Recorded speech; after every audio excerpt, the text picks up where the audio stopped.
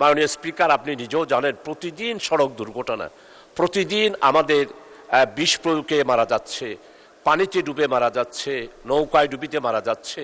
এদেরকে পোস্টমর্টম করার জন্য যখন আনা হয় মাননীয় স্পিকার, কত যে জ্বালা, কত যে কষ্ট। একদিকে মৃত্যুবরণ, আরেকদিকে তাদেরকে পোস্টমর্টম, আরেকদিকে তাদেরকে দাফন কাফন, এই সব জ্বালাতন থেকেই 1898 সালের আগেই এটা এই পোস্টমর্টম এই বিষয়টা তখনকার দিনেও আইনটা ছিল।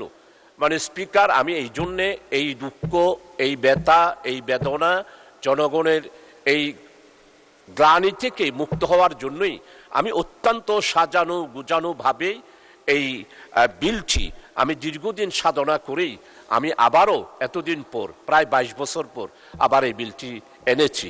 তো মাননীয় আইনমন্ত্রী যদি মেহরবানি করে এটাকে উইথড্র করার জন্য বলেছেন, আমি এটাকে অবশ্যই সম্মান করি এবং আপনাকে অবশ্যই সম্মানিত করব।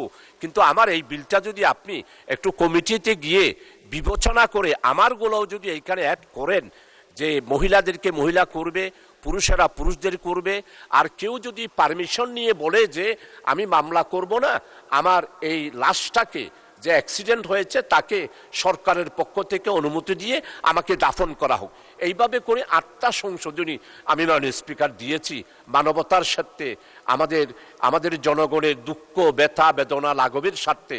আমার এটা যদি বিবেচনায় নেন, কমিটিতে যদি বিবেচনার জন্য নেন, তাহলে আমি অত্যন্ত বাধিত হব মাননীয় স্পিকার। এটাই আমার পক্ষ থেকে আবেদন মাননীয় স্পিকার। আই থিঙ্ক আপনি খুব ভ্যালিড পয়েন্ট মেড আউট করেছেন, যে কারণে মাননীয় আইনমন্ত্রী দাঁড়িয়েছেন কিছু বলার জন্য। মাননীয় আইনমন্ত্রী। আপনাকে ধন্যবাদ। আপনার মাধ্যমে অন্য সংসদ সদস্যকে ধন্যবাদ। উনি ভ্যালিড পয়েন্ট উত্থাপন করেছেন, এ বিষয়ে কোনো দ্বিমতের জায়গা আমি রাখি নাই। আমরা যেটা বলতে চাচ্ছি, উনি যে প্রশ্নটা এনেছেন এটা বর্তমানে প্র্যাকটিস আকারে ওইভাবেই চলে। মহিলা ডেড বডিকে অটোপসি করা হয় যখন, পোস্টমর্টেম করা হয় যখন, তখন সেই সম্মানটা দিয়েই করা হয়, মহিলা ডাক্তার দিয়েই করা হয়। হাজতখানায় গেলে মহিলা পুলিশ দিয়ে ডিল করা হচ্ছে, এটা আমাদের প্র্যাকটিসের পার্ট করা হয়েছে। এবং আমাদের মাননীয় সাবেক প্রধানমন্ত্রী বেগম খালেদা জিয়া বলেছিলেন আপনার কাছে, যেটা অ্যাডমিনিস্ট্রেটিভ অর্ডারে করা হয়েছে, তখন থেকে এটা অ্যাডমিনিস্ট্রেটিভ অর্ডারে চলছে।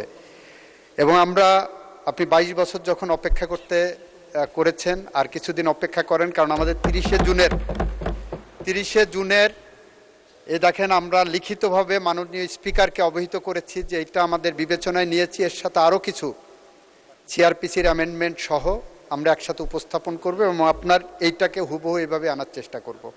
সুতরাং আপনি বিলটা প্রত্যাহার করলে আমরা প্রতিশ্রুতিবদ্ধ থাকছি, এই সংসদ আশা করি সেটা বিবেচনা করবেন। আপনাকে ধন্যবাদ।